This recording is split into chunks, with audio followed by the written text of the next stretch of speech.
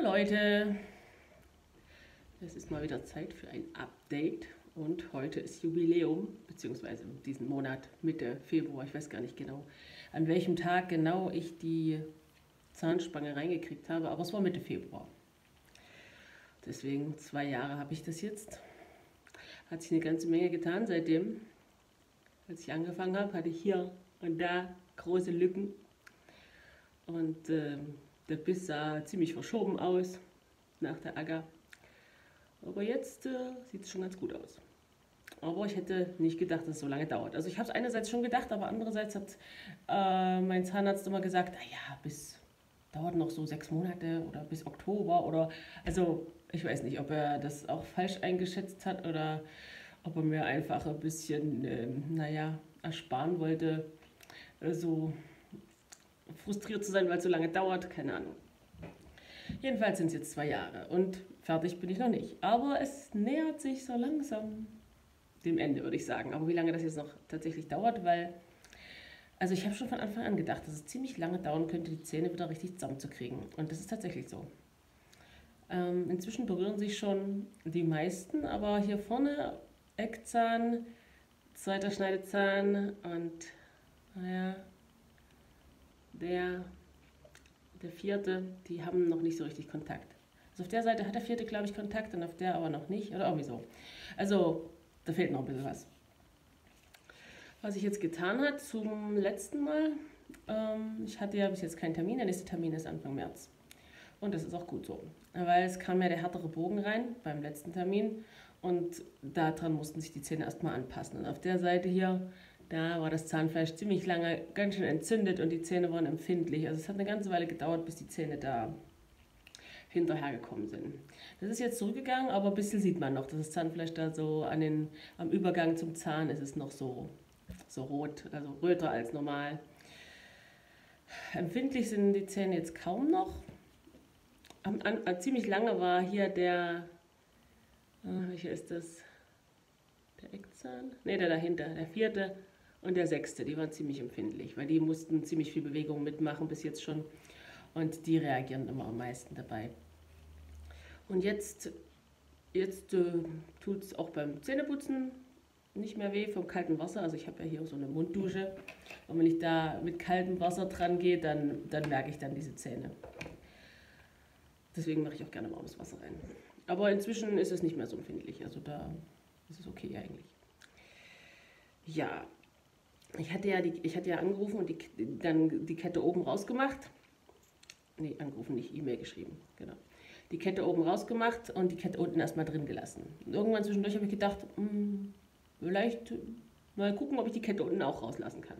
Dann habe ich die Kette unten rausgemacht und ein paar Tage später fing das an, dass ich Verspannung in meiner rechten Hüfte kriegte. Ganz kurios. Aber irgendwie, der Sechser hier oben steht immer noch ein Stückchen zu weit drinne. Und deswegen ist auch, denke ich, die Mittellinie noch ein bisschen verschoben. Also es ist fast übereinander, aber nicht ganz. Wenn ich es ganz übereinander stelle, dann merke ich, dass der Sechser hier mit dem unteren Sechser kollidiert.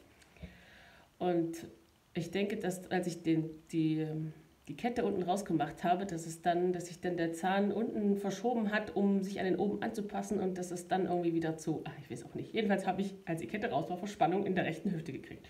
Und dann habe ich sie wieder reingemacht und die Verspannungen waren weg. Kurios. Naja. Aber mit der Kette unten so und wie es jetzt ist, hat es gut funktioniert. Keine Verspannungen. Ich hatte zwischendurch, hatte ich immer so Nackenverspannungen, weil ich aufgewacht bin früh. Und auch das Gefühl, dass es alles noch nicht so richtig passt, aber es passt jetzt, also es ist jetzt das Gefühl, dass es besser passt und ich habe jetzt auch diese komischen Nackenverspannungen nicht mehr, wenn ich früh aufwache. Meine Kaumuskeln sind weiterhin gut entspannt, also das Pressen ist ade, vorbei und finito, also das wird auch nicht wiederkommen, denke ich mal. Was das Allerbeste am Ganzen ist. Aber nichtsdestotrotz ist halt alles immer noch ein bisschen im Werden und deswegen kommen mal so Verspannungen und gehen auch wieder, wenn sich die Zähne dann wieder so angepasst haben. Und das dauert alles eine ganze Weile. Das habe ich schon erwartet, aber ich habe natürlich gehofft, dass es schneller geht.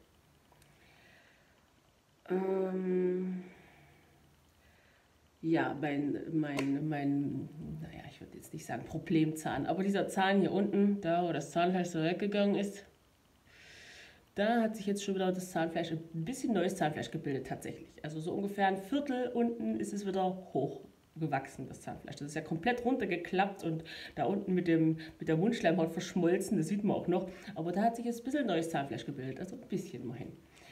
Es besteht Hoffnung. Ja, jetzt bin ich gespannt beim nächsten Termin. Da wird wahrscheinlich wieder der nächst härtere Bogen reinkommen. Da habe ich ein bisschen,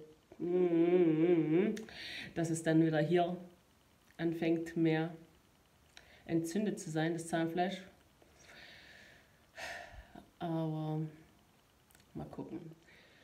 Ich habe auch das Gefühl, dass der weichste Bogen ist sehr viel weicher als der nächst härtere und dann sind die Abstufungen nicht mehr ganz so krass. Also ich kann mich erinnern, dass beim letzten, ich hatte ja schon mal so eine Steigerung von weich zu harte Bögen, dass es da auch so war, dass der von ganz weich zu dem nächst härteren war es am krassesten und dann ging es eigentlich. Also ich hoffe, dass es diesmal noch wieder so ist.